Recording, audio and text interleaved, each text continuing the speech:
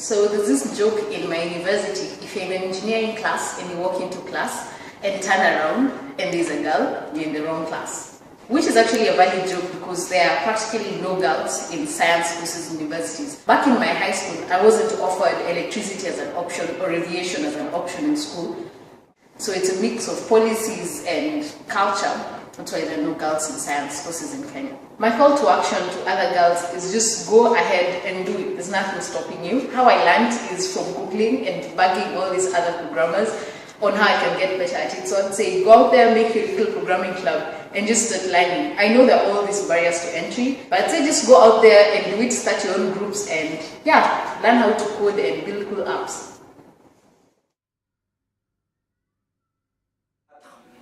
Bonjour, je suis Amélie Tong, je suis architecte pétrolier à Paris depuis 3 mois dans le cadre d'un mouvement international pour Total. Sinon, j'ai été embauchée par Total Gabon il y a 20 ans.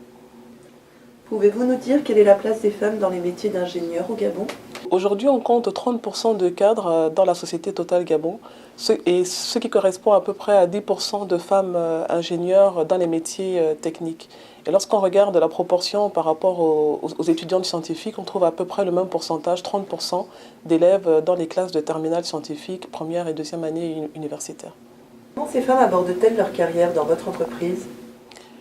Aujourd'hui, on voit une différence entre les jeunes femmes qui sont beaucoup plus intéressées par les métiers techniques et par la vie professionnelle sur chantier par rapport à il y a 20 ans où en fait c'était beaucoup plus rare. Quand je suis arrivée il y a 20 ans à Total Gabon, il y avait moins de 5 femmes dans la direction technique.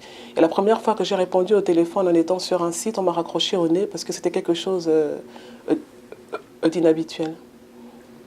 Comment, selon vous, encourager les femmes à suivre des études d'ingénieur au Gabon? Pour les jeunes femmes, cela passe par beaucoup de sensibilisation dans le système éducatif, c'est-à-dire les classes de terminale et puis les classes de première et deuxième année d'université.